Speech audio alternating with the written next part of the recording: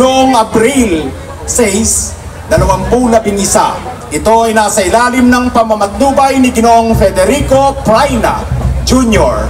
bilang band director. Kasama ang buong pamunuan sa pangunguna ni Ginang Gina Gregorio at Ginoong Norman Chester Labrador bilang mga tagapangulo. Sa kasalukuyan, ang bandang ito na mas kilala bilang KB11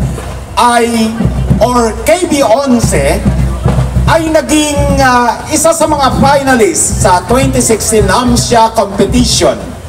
Bukod dito ay nakapagtanghal na rin sila sa iba't ibang lugar gaya ng Cultural Center of the Philippines, Concert at the Park sa Luneta, Senate Session Hall, Angel's Pizza, Branches Grand Opening, at marami pang iba.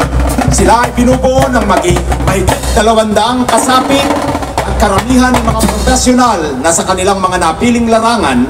Sa kasalukuyan, nagpapatuloy ang banda sa paglinang ng kanilang talento sa musika at pagbabahagi sa mga kabataan na nais maging kasapi nito. Kakalalawigan ang KB11.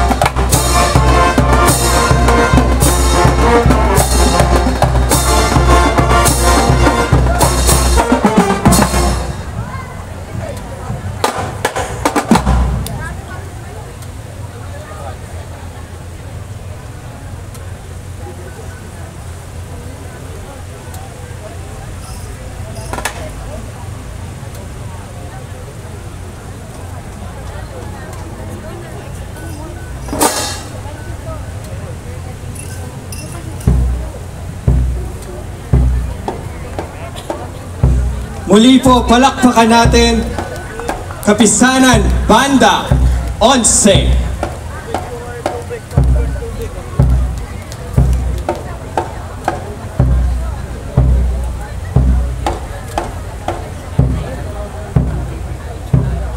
Ngayon naman po ay palakpakan natin ang pagpasok ng ating susunod na banda.